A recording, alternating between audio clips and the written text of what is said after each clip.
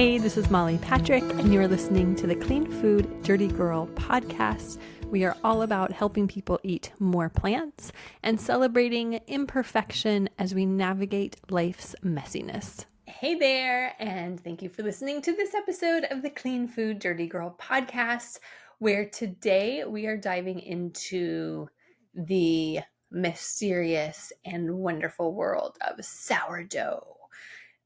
So I have joining me today somebody from our very own team. This is Brittany, and you've seen her work. She does all of our graphics. She's a big part of our team, not just graphics, but if you've seen any graphics, they're probably hers. But she does a ton, and she's been with us for years now. And Brittany, you're kind of obsessed with sourdough, and really obsessed. Really obsessed. We've been hearing about it for a long time, and getting all of your updates over the years. And so I'm really happy to have you on to talk about sourdough and to unpack some of this and to just understand it a little bit better, and for you to have an outlet to share your obsession with, mainly. Yes, thank you. I know I couldn't rename Clean Food Dirty Girl to Clean Food Dirty Dough, but I tried. So I'm happy to be here, and thank you for letting me share. Yes, and your hair looks fabulous today, by the way. Oh, thank you. It looks very nice. Okay, so you've been on the podcast a couple of times. One time? Two times? I don't know. I've had you on here before. I interviewed you once, I feel like, and that's about it. That's it. Okay, I thought you'd been on for more. But yeah, you interviewed me for a sober thing, because we have that in common. So yes, sober pals. Yes. Yeah. And so let's the sourdough is a thing. It's a big thing. And I first just want to hear from you, like, why should we be paying attention to sourdough? And why is it, I have a lot of questions, but I just want to start out with like why it's so fascinating for you and how you kind of got started with it. Okay, so I have a friend, her name's Abigail, and she was super into fermentation. She taught me how to make kombucha, and she just did everything from scratch. She was such an inspiration. She wasn't plant-based, but she was like my first kind of clue into fermentation and what it was all about. And she showed me this sourdough starter in her fridge. And I was like, what is that? It was like this weird blob, and it had all these bubbles in it. And I'm like, you have gone too far. Like, I am not having this rotting like thing. Like, a SCOBY is one thing in kombucha, but like this just mass of flour with bubbles in it, which just weirded me out. And so like I kind of turned my nose at it and I didn't dig into it. But then a couple months later, I just was like scrolling around for the meaning of life on the internet. Next thing you know, I was like, you know what? I am going to buy a starter. Literally the meaning of life, not like a book called The Meaning of Life, but like the meaning. Yes, why am I here? And I guess it's for sourdough and making graphics for this company. But so I went all in. Now, the reason why sourdough is good is because like sourdough is just flour and water with naturally occurring bacteria in it, good bacteria. And that bacteria is breaking down the gluten in the flour for us. So it's fermenting, right? And I have my sourdough here. It's Bring Your Sourdough Starter to Work Day. I call this dopamine, and you'll know why. But you can kind of see the bubbles if you're watching live. So this is it. It's just flour and water. It's kind of thick, but it's basically replaces yeast in bread. So commercial yeast, which I'm not really sure exactly what it even is, forces bread to rise very fast, right? Now with the sourdough starter, I'm going to mix this with flour and water with my recipe in the course, and I'm going to let it ferment all day. It's going to double in size. You know, it's going to go for like 8 hours. So it's a very long process. And then after that, I'll let it ferment in the fridge for maybe 12 hours to 3 days.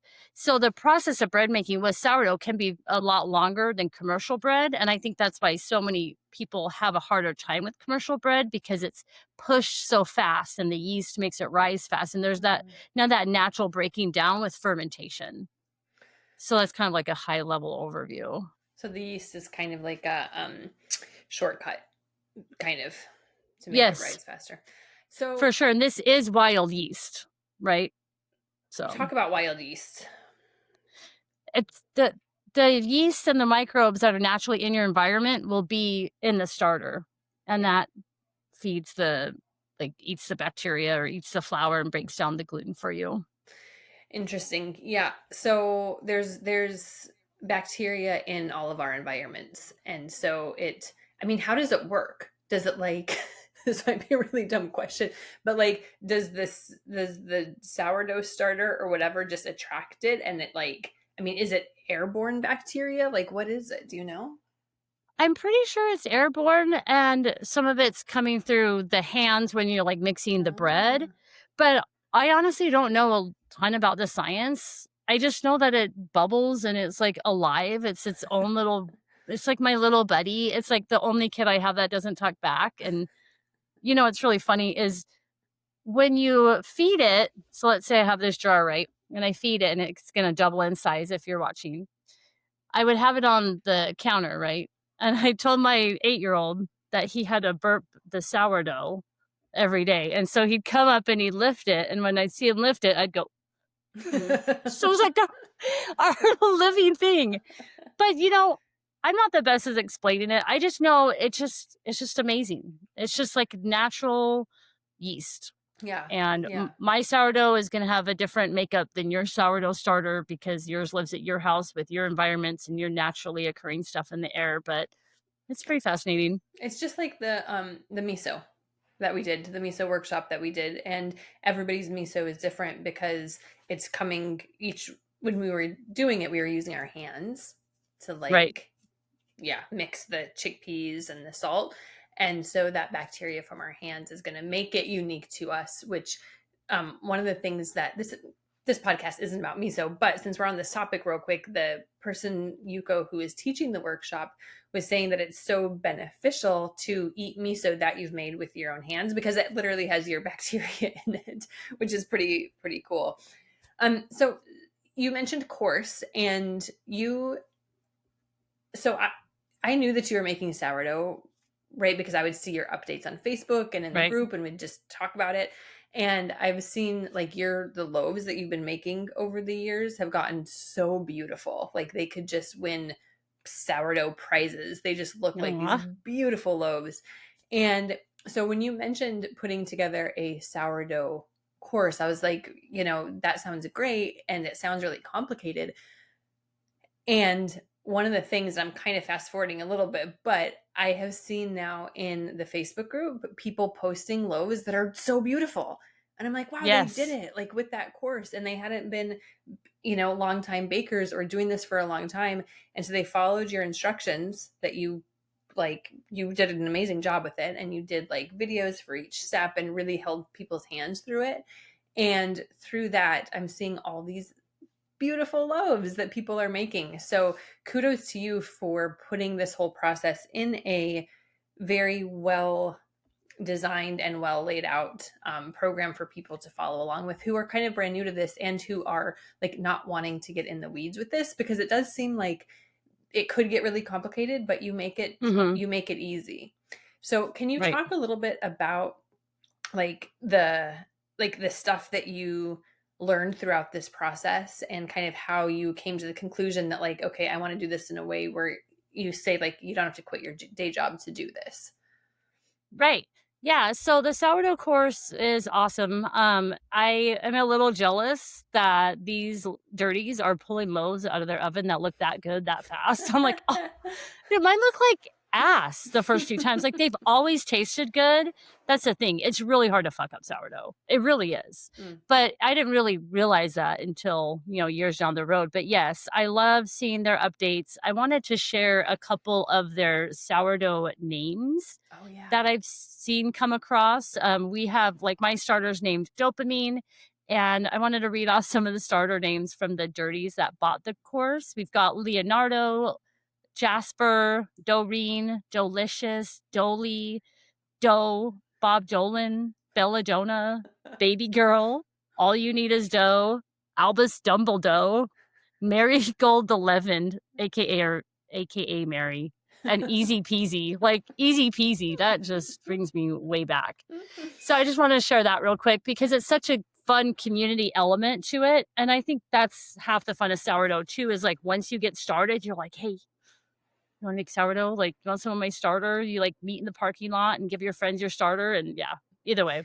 So, as far as like how long it took me to get to a point where I was consistently pulling out loaves and wanting to share that information is just a lot of trial and error. Like I said, I didn't have very many loaves that didn't taste good. One time I forgot salt and it was like a brick. It was so bad. Um, but it was really just getting a flow down that works. Like I do have an advantage of working at home, and that did make it easier, but that also didn't mean I was going to like sit at home and like pet my dough all day and put my microbes on it. And so over time, I just got a system down. I kind of compiled a lot of what I learned from other people and made it work. And a lot of people at my kids' schools wanted me to bake for them on a consistent basis. I'm like, look, I can't do it. Like, I just don't have enough time. So I was like, well, maybe I should just teach people how to do it. And what's funny is I got like the course written out and everything like ready to start filming. And then I found another way to make it even easier.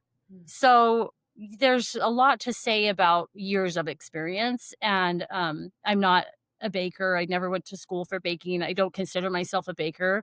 I just have this knack with sourdough. Like everyone has their thing that they're good at, maybe a couple things. And I'm really grateful I get to share this journey, because when I first started baking it, I told my daycare lady that I was baking sourdough, and she's like, oh my gosh, will you let it ferment as long as it can and bring me some? I want to try it, because she's gluten-free. And she tried it, and it's the only bread that she can eat. Now, she's not celiac, but she's very gluten sensitive. So once I heard that, I was like, oh, wait, so if I can teach people how to make my sourdough, and if some gluten sensitive people can handle it, like I've got to share the wealth, you know? So I didn't hear that part. It's interesting. And so did you ferment it longer than you would have otherwise for her? yeah, so for her loaves, I'll do a room temp called bulk fermentation for at least 8 hours or until it doubles. So that could take 12 hours in the winter. I'm in the Pacific Northwest, so Seattle area. So not too humid, not too warm in the winter. Or it could be 6 hours if it's hot as hell in my house, because like nobody has AC here. So what would it be otherwise? Usually bulk fermentation is the time that it doubles in size after you take your starter out and you make your initial recipe, right? Okay. It's going to double no matter if you're cooking for someone that's gluten-free or not. You just want it to double. And then at that point, I'd put it in the fridge for my gluten-sensitive daycare lady, and I would let her sit in the fridge for 2 days. Okay. Usually with non-gluten sensitive people, or just me wanting to eat it all, I'll only have it in the fridge overnight. Okay. And pop it in, or even 2 hours. Yeah. But what's really interesting is if I use too many whole grains in her flour, then she's reactive to it. So I want to do a whole nother episode and write up about sourdough and gluten sensitive friendliness, because most of the time, if you let it long ferment, you might be able to try it and be okay. Yeah, and that is interesting. I have a friend who is really gluten sensitive, and a long time ago, I was talking with her, and like years and years ago, and she was like, "Oh, I can eat like Wonder Bread just fine, but if I eat whole wheat bread or any kind of whole grain bread, like I can't do it." And I was like, "Oh, that's fascinating," but it kind of makes sense because so much of the grain is stripped as it's being processed into white flour. So it makes sense that some of the gluten would be actually stripped out of it, and the enzyme that we're gluten sensitive people are sensitive to. And so when you said that, I was like, that's, that kind of track. So yeah, well, I haven't made it yet, just because I do have a gluten sensitivity, and also like I love it so much. I used to love sourdough so much before my face exploded. Not really, not literally. Sorry, that's so funny. Sorry. I had my perioral dermatitis thing that I talk about a lot, but so I haven't had any since then.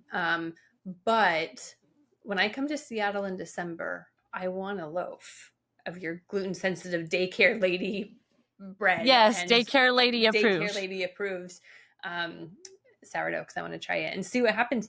I mean, when I went to Japan last year, I ate some dumplings, and there's like this vegan dumpling restaurant. And I Mm-hmm. ate a lot of them, and my face didn't react. I was like, oh, maybe it's like the wheat in Japan is different. Like Yeah. I hear that kind of a lot. And so I think it's nice to talk about the gluten sensitive thing because so many people are. But I was in an email a while back. I was like, if you aren't gluten sensitive, you should try this just because it looks like so much fun. And so this for you, like it is bread that you can eat, but it is like this whole process from what I've heard and seen from you is that it's been really healing for you in a lot of ways. Yeah, it has. It's one of those things that, I mean, I kind of go down the rabbit hole with stuff. I'm like, Mm-hmm. ooh, let's do kombucha, and then I'll do it for a while and then put it away. Or ooh, let's get really into event planning, or let's do like a certain craft with the kids. Like I'm all about stamps right now. Well, I'm not anymore, but like things come in waves for me. And I think that goes for a lot of creative people. They'll Mm-hmm. like find a medium, get really into it, and then just like push it to the side. But for me, sourdough's like the one thing besides like my job that I stay really consistent with. Like raising kids. Like I haven't given up on that. The trifecta. Yes. Kids, And job, what's sourdough. right. I'm not sure what order. No, I'm just kidding. So, the sourdough has been really healing in a way. It's like, it's a way to be creative and artistic without creating more waste. And I've been really trying to look at like, what am I putting on this world? Like, what impact am I making both physically and emotionally? And like I've created a lot, like artwork and just stuff. And sourdough is one of those things. Like, it's not only like healthier food, it's like a piece of art. Like I design cute little designs in it. I have a loaf right here. I mean, this isn't like my best work, but it becomes its own little art form, and then you eat it and there's like no waste around it. And so that's kind of cool. And then the whole name of dopamine is just funny because it's one of the things that has kept my dopamine going, and I'm in recovery. And so that is like just really close to my heart. It's just a lot of joy, and there's no guilt or shame around it. And it's like it is consuming something, but it's in a positive way. Yeah, it's very So wholesome and rewarding. yes, for Yeah. sure. Yeah, and that's why so hence the name of your starter, dopamine. Dopamine, yes. And it's made me be patient. I want shit done now, or Mm. like yesterday. Like if I sitting around and waiting is really hard for me, but now I can like wait for bread to ferment like 48 hours. Like that's crazy. That's not something I could ever do, but I can now. So it kind of forces me to like, whew, it's all right. Like just let it do its thing. Calm down. Yeah. Yeah, it's funny Yeah. the stuff that we learn when we start diving into something and how it can change ways that we look at life just through like something Yeah. like baking or like painting or whatever it is that whatever Yeah. creative endeavor that we do. I think it definitely has a ripple effect in our life. For sure. And I'm just grateful, like when past, like when I lived in with addiction and stuff, like you're just so down and everything just sucks and there's just no hope and stuff. And Mm-hmm. it's so cool, like years down the road, you can just discover something that you're good at or that fills you with joy. And it's just a reminder of like, yeah, I'm so glad I kept going, especially when you can share that joy with others, whether that's like your message in recovery or you're like meeting someone in the parking lot for the sourdough starter, you know what I mean? Or you're teaching people how to make bread and like be proud of themselves. Like that kind of joy is irreplaceable, especially where I work from home and I'm online and I don't see a lot of people over the age of 18 besides my husband. Like to have that connection through a medium that's going to be good for the world is amazing.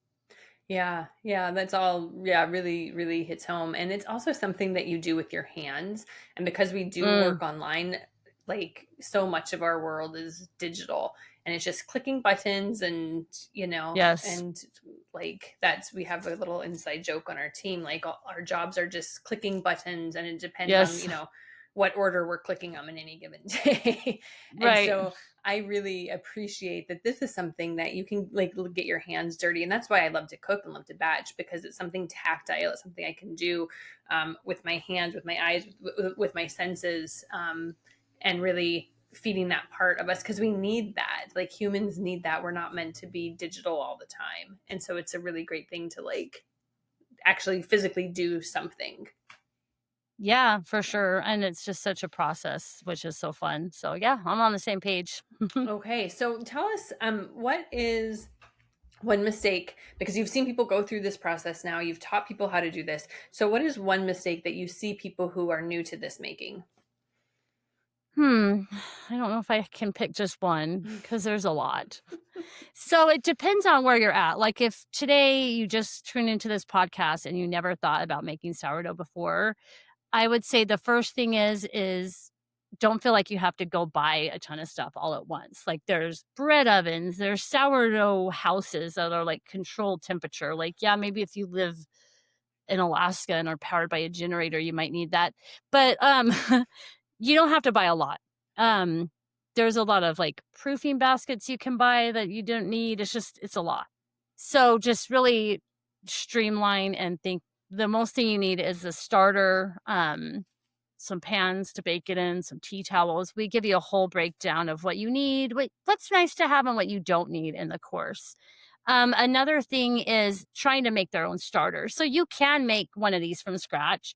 It's a intensive process. I've never tried, but I've looked into it. But it could take weeks or even months for it to be like a viable starter that's going to produce loaves. But all it is water and flour, and then you let it sit, take some out, let it do its thing again, like continuously feed it.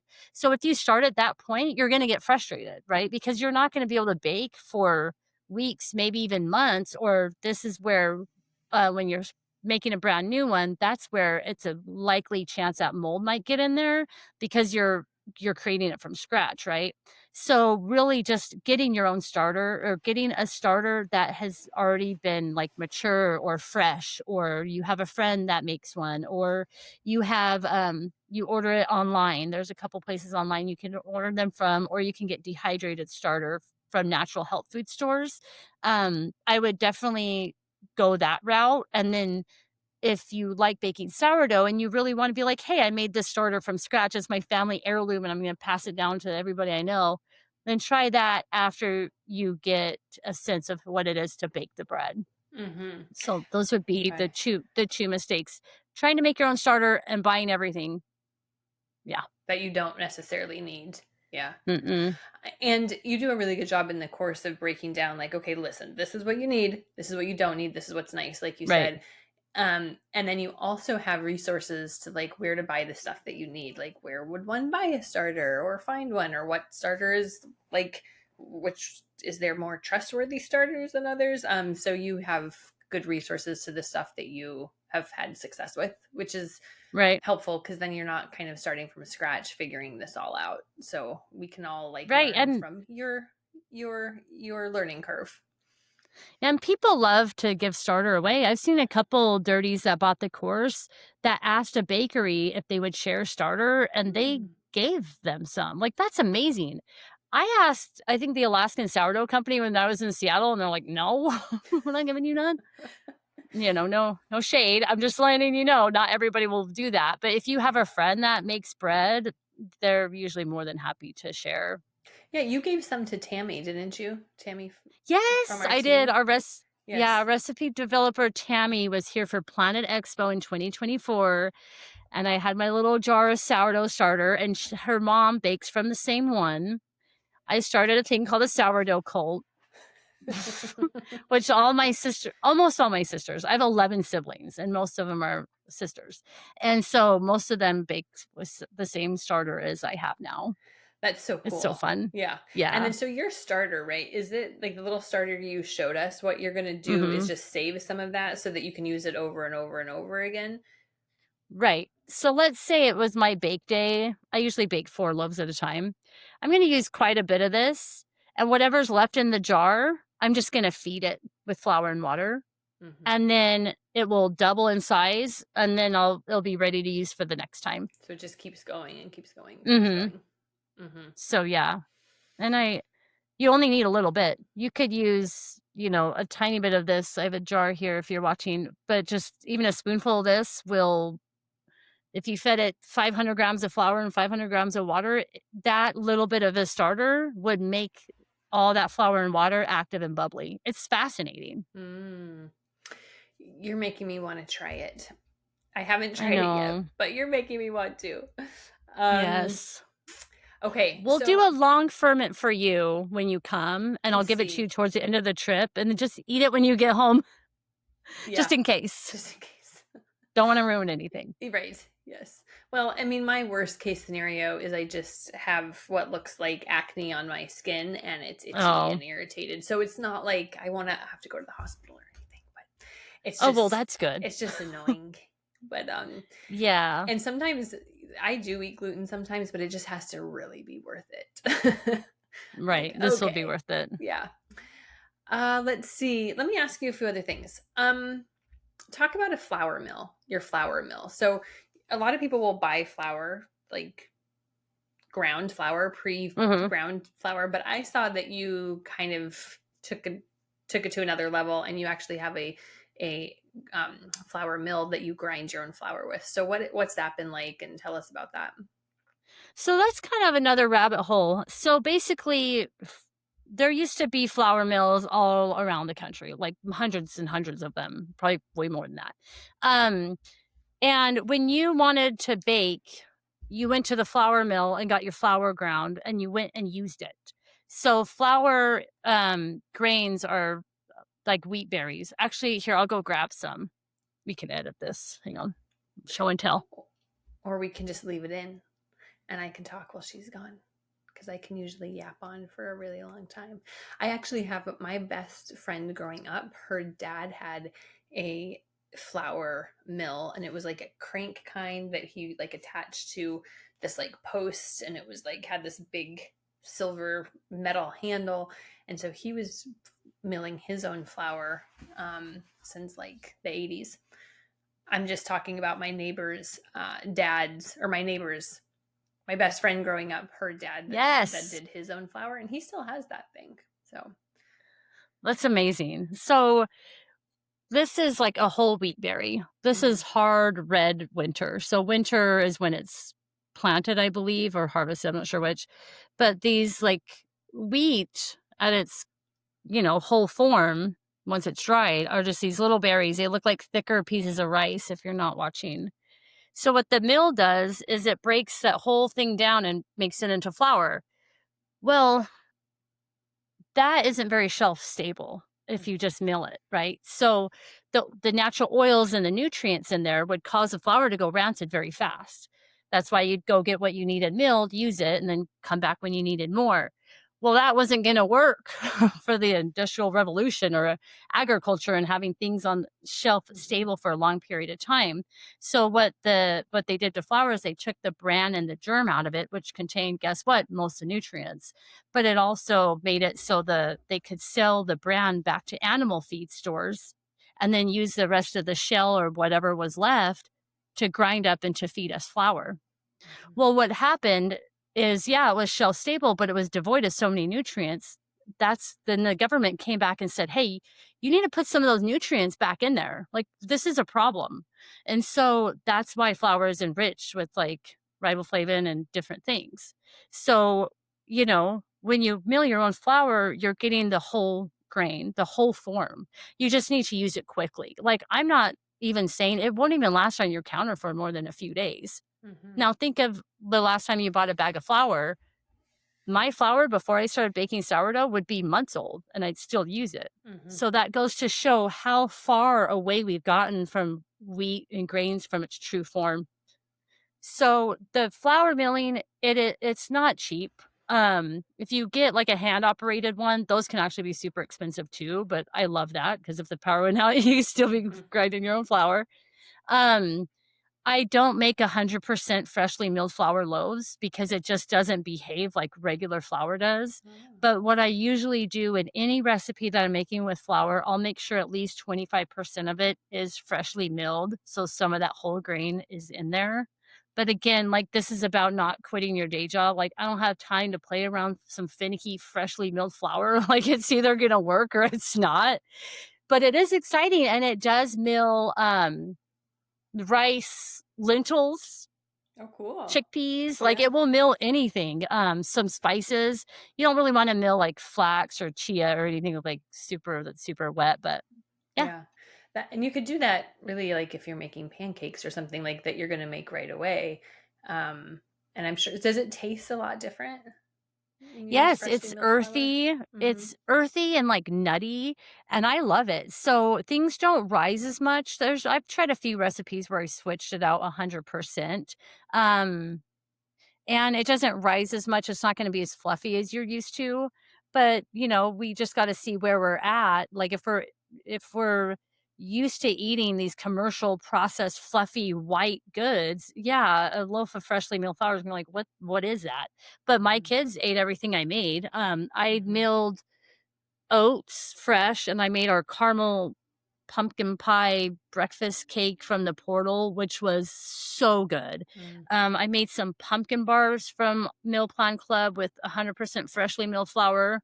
So bomb. And what's cool is you can get a bunch of different berries, the wheat berries, right? So I'll have like red, white, spelt, acorn, like the ancient grains. Mm-hmm. So, and the really cool thing about the wheat berries is they last forever. Like flour's not going to last very long once it's milled, whether that's fresh milled or from the store. But wheat berries will last a really long time if they're in like a bucket that's like sealed, which is kind of cool. So if you're like wanting to store food, it's the Yeah. way to go. Yeah. Yeah. Well, it was like one of the original crops, right? So it's very ancient. Wheat is like the Yes. most ancient um yeah, ingredient out there. So, Yeah. yeah, that's really interesting. I think so your mill is electric, the Yes. one that you use. Yeah. Yeah. It's cute. Just sits on the counter and, I definitely wanna play with some, like, lentil flour, like, chickpea stuff and some more Mhm. plant-based, like, you know how they make the omelets out of the chickpea flour? Mhm. That kinda stuff, like, even if you buy the small bag of Bob's Red Mill, like, you ain't using it all. Yeah. So, it's got other uses too, for Mhm. sure. Mhm. That's so cool. So that could be just and again, that's not necessary, right? People don't have No, to do not at that, all. but it is another little avenue because I think that that's what's cool about this is that you can make it really simple or there's like a lot of rabbit holes that you could go down once you start doing Mhm. this and if you really love it and if you want to like play around and try different things, it's like a whole other like world. Right, it's like when I started eating more plants and found you guys before I even worked here, Mhm.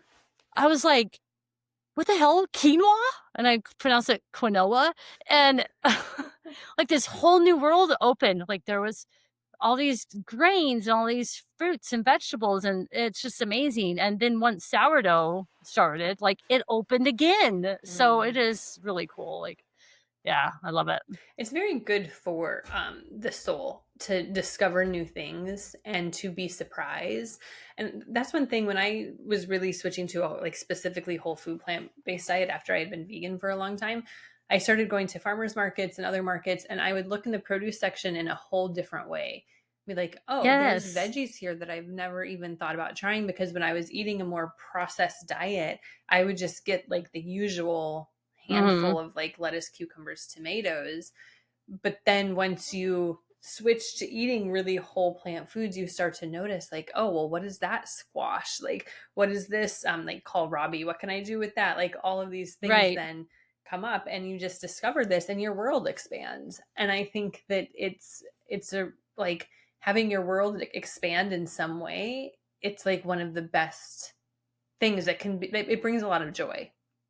For sure, especially when you can share it with people, Yeah. you know? Yeah, and if it tastes good and if it's healthy, Yes. you know? I If you mean, can eat it, if you can yes. eat it, it's the best, yeah. So, how Yeah. does it work? Like, because you follow our recipes a lot and you follow our meal plans Mhm. sometimes, or you do kind of somewhat of what I do sometimes, which is like component cooking or just choosing a few Right. recipes. And so are you eating sourdough throughout the week and you like always have loaves in your kitchen? And how are you like incorporating that with like whole food plant-based eating and like our recipes in our portal? So basically, I mean, anything that's gonna have like any sandwiches or baguettes that's included with the portal, um, I'll use sourdough instead most of the time. In the summer, I don't bake as much, but like right now, soup season is on. Like there's always sourdough in my house. So a lot of times it's more of a side item. Right now, I'm working on incorporating more of the starter or discard um, into recipes in the portal. So like I'm working on your classic banana bread. I want to make that with sourdough starter. So that's kind of fun. That's called a discard recipe where you're not making a big loaf of bread like this guy, but you're just incorporating your fermented starter into a recipe like banana bread, letting it sit and ferment for a little bit and then bake it. So that's going to be exciting. Any soups just goes great with it. I've done some bread bowls, and then I love our cheesy broccoli soup. That's one of my favorite recipes. Like I made that for my kids, and I did not say that it was plant-based, and they had no idea. So the French onion soup is really good with it. The caprese toast is Yeah. super good. Yeah. So I usually will bake on a different day than I batch, but I kind of do more of like a rolling batch anyways, but it definitely marries very well. Any of the like hummus spreads and that kind of stuff always go great on sourdough. So, we probably go through a loaf or 2 a week in the winter, easy. But I have a family of 5, and my kids are 16, 13, and 8, so they eat a lot. Mm-hmm. And Yeah, you have a big family. I tested this roasted garlic rosemary loaf, which was fantastic, and all these teenage boys came over, and they liked it, and I was kinda like, "Ugh, they're eating all my bread." This is supposed to be for you. I know. And so like I was like, hang on, and like stop eating it. Let me take a picture. This is a test recipe. And so it was funny. But what was nice is I was thinking like if I had chips or Easy Mac or normal processed standard American diet food, all those kids eating would have cost a lot of money. But they had a healthy, maybe $3, $4 loaf that's kind of on the high end of probably what it cost me to make. And they demolished it. And there was like, and it was good and they loved it. And so it's fun to incorporate it that way. That's a really good point, and I was going to ask about that as well. So bread, at least where I live, has gotten ridiculously expensive. Like the kind of Yeah. bread that, like, I want to eat, like some kind of sprouted bread, or I don't eat sprouted bread anymore, but like a nice gluten-free loaf, like it's Hmm. expensive. And so I started doing the buckwheat bread, which is in our portal. It's like just buckwheat, water and salt, and I started making that, and I did the calculations, and it is so much cheaper to make that than to buy a loaf of bread, which is really like why I've been, I mean, also it just tastes delicious and Right. it's healthy. But let's talk about the price. So you said the average price like $3 or $4 a loaf of your sourdough. So the 3 or 4 a loaf was probably more for the roasted garlic Mm-hmm. loaf because it had like organic roasted garlic and rosemary. I did the math before the call. I buy a 50-pound bag of flour. It's shepherd's grain. It's low gluten. I don't know why I got low gluten. It just works really good. It's non-GMO, rainforest certified. So this isn't just some generic Safeway bleached flour. Like it's good quality, right? So I use that. That 50-pound bag of flour makes about 45 loaves. So once you average the grams per bag that you can get, it would give me about $2 or $3 per loaf if I'm just doing straight white flour. Yeah. Wow. So that's really affordable. Now, if you mill your own grains and you like order these in the 5-pound buckets, it's going to be even cheaper. Granted, I'm not doing 100% freshly milled flour yet. I mean, I like to one day, but I'm not too worried about it. But for your average person, they're not going to do that. So yeah, $2 to $3, I think on the high end. I could make it cheaper by probably using whatever flours from Costco or the bleached flour, but I still want high quality stuff. And that's really, I mean, that's really affordable for a good loaf of healthy bread without any additives and without any of that other junk. I mean, and especially now, I mean, grocery prices just keep going up. Yeah, And so, and we talk about it a lot in our community that when you make your own, it's going to be cheaper. And so this, 100%. yeah, this is really, I mean, if for no other reason, that's a great reason to start doing this, is like you'll just save money on groceries. I have also saved money in a lot of other ways. So it's my go-to gift. It's my go-to potluck item. I do a lot of volunteering for the PTA. And so I did a sourdough bar at our kids' elementary school. And well, I've done it I have a kid in elementary, middle school, and high school. So I've done it at the high school and the elementary school. At the elementary school, I'm more tied into the teachers. I talk to them more often. And that sourdough bar was a hit. Like I had avocado, hummus, all sorts of different spreads and toppings, right? Well, this sweet Ukrainian teacher was like, Brittany, please sell me your sourdough. I know, I have a job. Like if I have to do it for money, like it's not gonna be fun anymore. And she like kept dropping hints for me to keep baking for her. And I eventually was like, okay, I'll make you a loaf when I'm making myself a loaf and I'll just sell it to you that way. That's the only person I bake for as far as like an income stream. But what it's done is give me a way to give back to the community without having to like spend a bunch of money or, give more money to Amazon or buy more of this. Like I'm making something, it's filling their soul, they like it, it's healthy, but it also isn't like a huge dent in my pocketbook. So holiday gifts are $2 or $3 a loaf now, and people love it. They Yeah. really do. I mean, I would love So, that kind of a gift. I mean, that it's so practical and it's not adding mm-hmm, anything to the landfill or really, I exactly. try not to, like, I've really, really stopped buying new stuff.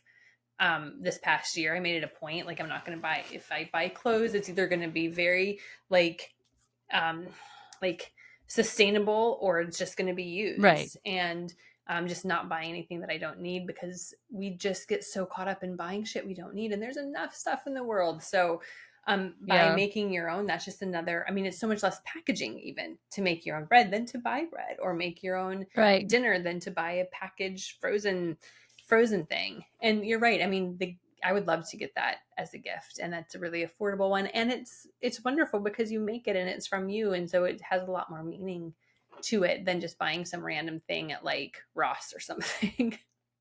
Right. And if anybody knows anything about sourdough, they know it wasn't just like you don't just whip it up. Yeah. And it ain't like cookies. Like, you know how long it takes to make everybody cookies? I used to do cookie swabs. I'm like, oh my gosh. And Mm-hmm. they weren't plant-based by any means. So this is a little bit healthier way to give back. And I am more of a consumer. Like I am a shiny object syndrome kind of girl, or I'm working on not being so much like that. Like the amount of beer cans I put on this earth is embarrassing. Like like if this is one way I can kind of offset my carbon footprint for all the other shit I've done, like just sign me up. I'm gonna keep making this bread. Love it. Yes, yes. Yeah. I was gonna say something else, and that was, I had it. It was right there. Let me think. Sorry. No, no, no, no. That's okay. Um, it's gonna come back to me. Hmm. Um, I can show off some bread while yeah, you do it, think. do it. So when we're thinking about gifts, like right now I'm testing some new recipes to like add into the sourdough course for a little bit of a fee. But this is a apple Ooh. cider bread. So I use apple cider instead of water. And then I shredded apples in it. And so there's apples baked into here. So that's an idea. And then I made another loaf. This is a pumpkin chocolate chip loaf. Ooh, that So looks instead of using beautiful. all water, I put actual pumpkin puree in there. And then there's like really good dark chocolate chips in it. So Yes. yum. And then I was playing with tiny loaves. Oh my God, look at this. I was like, this is my life right now. Like I can't get it to golden just right, but I have like all Oh my these God, tiny it's so loaves. cute. And I made a little sign that said, don't eat. Because this is my problem is I'll have all this bread all over. Not all the time, because I'm not always testing stuff, because I usually just do the basic recipe. But like a week or two ago, my son came home and I was testing like a cranberry orange loaf and some other savory loaf. And He's like, oh yeah, all this bread over here, but we can't eat any of it because they're so used to me putting up little signs like, don't touch, don't eat. Yes, they've had to get used to your obsession as well in all the ways. Right, this isn't for you. Oh, that's so funny. And I remember what I was going to say was, this is a great Cool. thing to do instead of scrolling on your phone. Like, it's a great alternative to being on social media, or just like the doom scrolling or the endless scrolling. It's like, go make something, put down the phone. And we talked about it a little bit, right? Like, it's something tactile that you can do with your hands, but it's a great alternative to scrolling. And right now, like, I am all about that. I'm like, Right. am learning, or I'm teaching myself how to embroider, and like I went through like a painting phase, but like anything to get me kind of off from scrolling, I think is a good thing. And this is just a beautiful thing that's kind of, and it's like built in that you kind of have to tend to it. Like, it's not consuming 100% of your time, but you do have to tend to it, and care for it. So I think it's a great, we all need a hobby. And I think that this is a great hobby to get into. I was just listening to a piece on NPR about hobbies, and how much quality of life increases when we have a hobby. And a lot of people don't have hobbies right now. So if someone is listening to this and they like need something to get into, sign up for the course and let Brittany hold your hand through the process. I was so impressed. I mean, I thought this was going to be like a little PDF, like that you can download, and maybe you thought that it was going to be that too in the beginning. I don't know. Yeah. But then when I saw the final product, I was like, whoa, this is something. This is like a whole course. This is teaching people how to do this step by step, and you've included all of the helpful resources, and it shows how good it is from the people in our community who are pulling out these beautiful loaves and who are really getting into it, who haven't done this before. So you don't need to be a baker. You don't need to be an expert at this. You just trust Brittany's process, sign up, and then, you're going to get great results. Yeah. If you go to cleanfooddirtygirl.com/sourdough, it will take you to the page with more information. And like Molly said, I'll walk you through step by step. I literally kicked everybody out of my house for almost an entire weekend. We have a small 900 square foot house. And I set up my camera and I filmed every single step, from feeding the starter to making different loaves. And I've got 3 loaf recipes in there. One's like a very basic white flour and a little bit of wheat flour, and then a multi-grain loaf, which is really good, and then a whole wheat loaf. So there's different levels of grains, and it's totally awesome. So if you use the coupon code podcast, that will save you $15 as well for a limited time. So the expiration date will be in the comments. Awesome. Yeah. Good to know. So just, try it. And you can you buy this for a friend? Do we have it set up? I mean, can you purchase this for a friend? We will have that set up eventually, but if you want to buy it for a friend, just email us and we can like work our little button clicking magic that we do and make it happen. It is really fun to get involved with a friend. And I know if you've kind of looked into doing sourdough before, or you started and got frustrated and gave up, I will tell you, this way of doing it, you don't have to hire a babysitter. You don't have to like bring it with you on vacation in Mexico this Christmas to feed it. Like, it's very kind of hands off. Like, I work from home, but I still have a lot of different stuff to do. Like, I can't be like I said earlier, I can't be taking care of it all the time. Most of the time, my starter's in my fridge, and requiring 0 effort from me. Like, I love something that needs me only when I want to pay attention to it. And this is starter. Like, otherwise, like, you just back up until I'm ready for you, my little buddy. Yes. Yes. All well said. And I'm on board. I can't wait to try my loaf when I'm in Seattle, or when I get home. In any event, I will try it. And if I do respond well to it, I will try to make some, because I think it is, it's just fun to try something new. And I've like perfected the buckwheat bread, and it's great, but it's not sour. Yeah. And that's fermented too. So we've got, and the miso workshop is great. Fermentation all around. I want a sauerkraut workshop. I want a kombucha workshop. Yes, a tempeh workshop. Water kefir. Yes, tempeh. We're gonna ferment everything. Yes, yes, I'm on board. I think that people will be stoked about that, and it's empowering to make something from scratch. Like it always is. And it never gets old.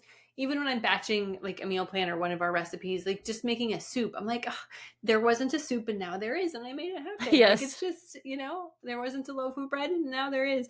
And when people are enjoying it and now you get to share how to do it. And really it is a gift because you're helping people not make the same mistakes that you made in the beginning. So because there is a learning curve to this, we can, skip that curve to a certain extent and just kind of do what you say, and then we can trust that. Yes. So I think it's awesome. And trust. Yeah, just trust Team Dirty.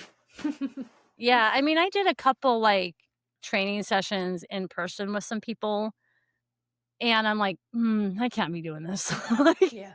Because you have to, it's a process over like 2 days. The active time's only 20 minutes, but I was just like, this isn't scalable. But I'm like, ooh, I know a company that teaches people how to do stuff. And so, yeah, thank you for the, opportunity as well. And when you do buy our course, like you'll get customer service from usually me or Stephanie on our team is great too. She can help answer questions. So. Yeah. And we have the best support of anybody out there. I mean, you and Stephanie are so good about responding to people and being helpful. And, the people who we email us aren't just emails. Like these are people. They're, we're just we just love our community so much. And also in the Facebook group, I mean, if you're on Facebook, share your photos of your loaves, ask questions, tag Brittany, tag me, because we want to see your creations. So awesome. Well, thank you for coming on and chatting. Oh, and I guess cleanfooddirtygirl.com/sourdough. Also in the show notes, you can find the thing. And then the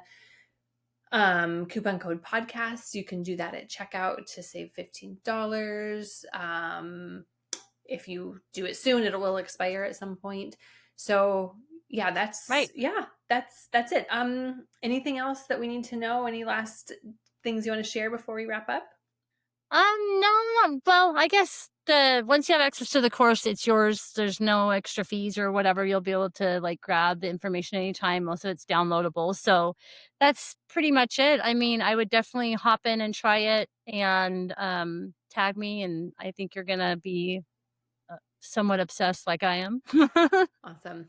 Well, thank you, Brittany, for chatting. All right. And I can't wait to eat my loaf. Woohoo.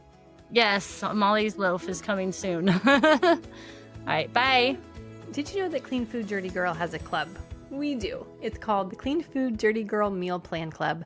And if you want to eat more plant-based meals that are delicious, that are damn good, that will have you craving them, if you want to feel energized and healthy from head to toe, if you want to save time in the kitchen each week, if you want to use all of the groceries that you actually buy, and if you want the omnivores in your life to say, yum, to the plant-based meals that you're cooking, you have got to join us. Go to cleanfooddirtygirl.com, and on the homepage, you can find out more.